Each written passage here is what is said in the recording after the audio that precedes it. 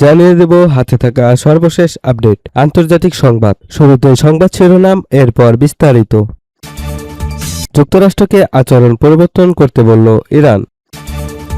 মক্কা প্রতিরক্ষা চুক্তিতে মিশরকে যুক্ত করতে রাজি হয়নি সৌদি আরব।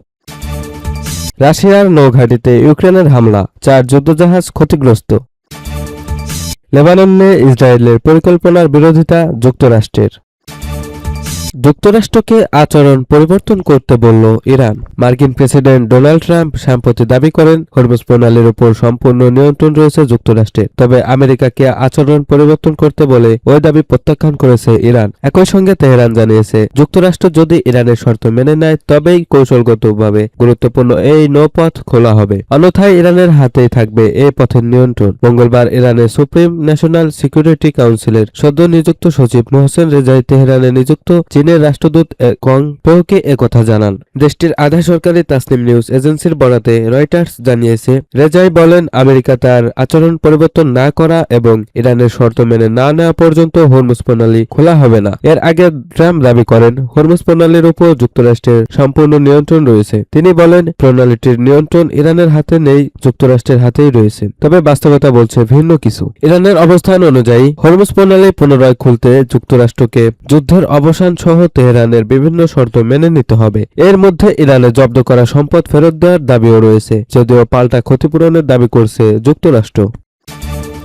মক্কা প্রতিরক্ষা চুক্তিতে মিশরকে যুক্ত করতে রাজি হয়নি সৌদি আরব। সৌদি আরব গত সপ্তাহে তুরস্ক ও পাকিস্তানের সঙ্গে স্বাক্ষরিত হওয়া মক্কা প্রতিরক্ষা চুক্তিতে মিশরকে অন্তর্ভুক্ত করার বিষয়ে বিরোধিতা করেছিল। বিষয়টি নিয়ে আলোচনার সঙ্গে যুক্ত 3 সৌদি সূত্র মিডল ইস্ট আইকে এ তথ্য জানিয়েছে। সৌদি রাজ পরিবারের সাবেক জ্যেষ্ঠ উপদেষ্টা বলেছেন, আপাতত সৌদি আরব মিশরকে এই চুক্তিতে নিতে চায়নি। নাম প্রকাশ করা না শর্তে 3 এই সূত্রই জানিয়েছে। সৌদি আরবের এই অবস্থানের মূল কারণ হল মিশরের প্রেসিডেন্ট আবদেল ফাতাহ আল সিসির সরকারের উপর রিয়াদের ক্রমবর্ধমান অসন্তোষ।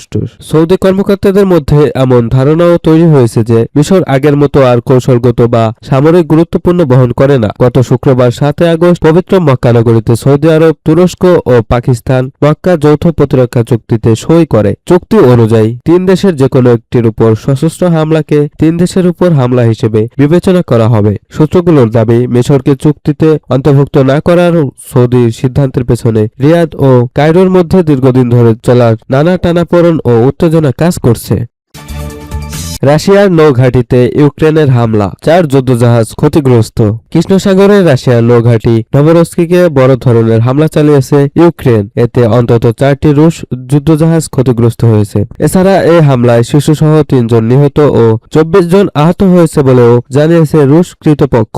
ইউক্রেনের দাবি, কিয়েভ থেকে 300 কিলোমিটারের বেশি দূরে চালানো এই অভিযানে রাশিয়ার কয়েকটি যুদ্ধজাহাজ ক্ষতিগ্রস্ত হয়েছে। হামলার তীব্রতায় নভরস্কিস বন্দর নগরীতে জরুরি অবস্থা জারি করে স্থানীয় প্রশাসন। আঞ্চলিক গভর্নরের তথ্য মতে হামলায় কয়েকজন হতাহত হয়েছেন। এদিকে ইউক্রেনীয় হামলার জবাবে কৃষ্ণসাগরে পাল্টা আক্রমণের কথা জানিয়েছে রাশিয়া। তাদের দাবি, ওডেসা বন্দরে সামরিক সরঞ্জামবাহী একটি ইউক্রেনীয় কার্গো জাহাজে সফল আঘাত এনেছে রুশ বাহিনী। একই সঙ্গে জ্বালানি ও ডিপো ও বেশ কিছু বন্দর অবকাঠামো ধ্বংসের দাবি করেছে মস্কো। এছাড়া হামলা হয়েছে ওডেসার একটি শপিং মলে। এমন পরিস্থিতিতে ইউক্রেনকে কঠোর বার্তা দিয়েছে যুক্তরাষ্ট্র। মার্কিন প্রশাসন সাফ জানিয়ে দিয়েছে, কৃষ্ণসাগরে বেসামরিক তেলবাহী জাহাজে কোনো ধরনের হামলা চালানো যাবে না। বিশ্ববাজারে তেলের দামের স্থিতিশীলতা রক্ষায় নভরস্কিসের তেল রপ্তানি অবকাঠামোকে লক্ষ্যবস্তু না করার জন্য ইউক্রেনকে সতর্ক করেছে যুক্তরাষ্ট্র। পশ্চিমা দেশগুলো রুশ বাণিজ্যিক জাহাজ জব্দ করলে তা দস্যুতা হিসেবে গণ্য হবে এবং এর কঠোর জবাব দেওয়া হবে বলে হুঁশিয়ারি দিয়েছেন রুশ প্রেসিডেন্ট ভ্লাদিমির পুতিন।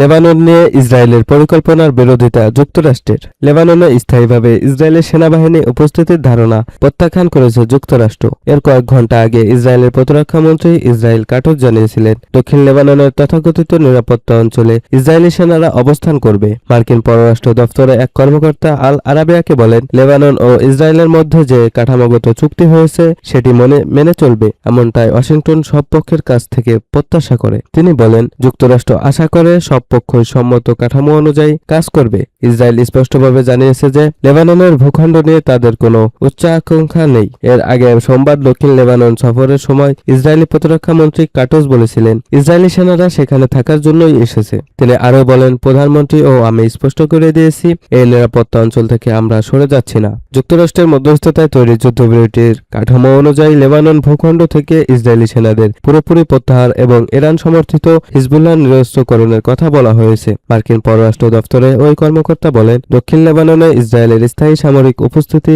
চুক্তিতে দেওয়া প্রতিশ্রুতির সঙ্গে সামঞ্জস্যপূর্ণ নয়। একই সঙ্গে এটি দুই দেশের দীর্ঘমেয়াদী শান্তি ও নিরাপত্তার জন্য উপযোগী নয়।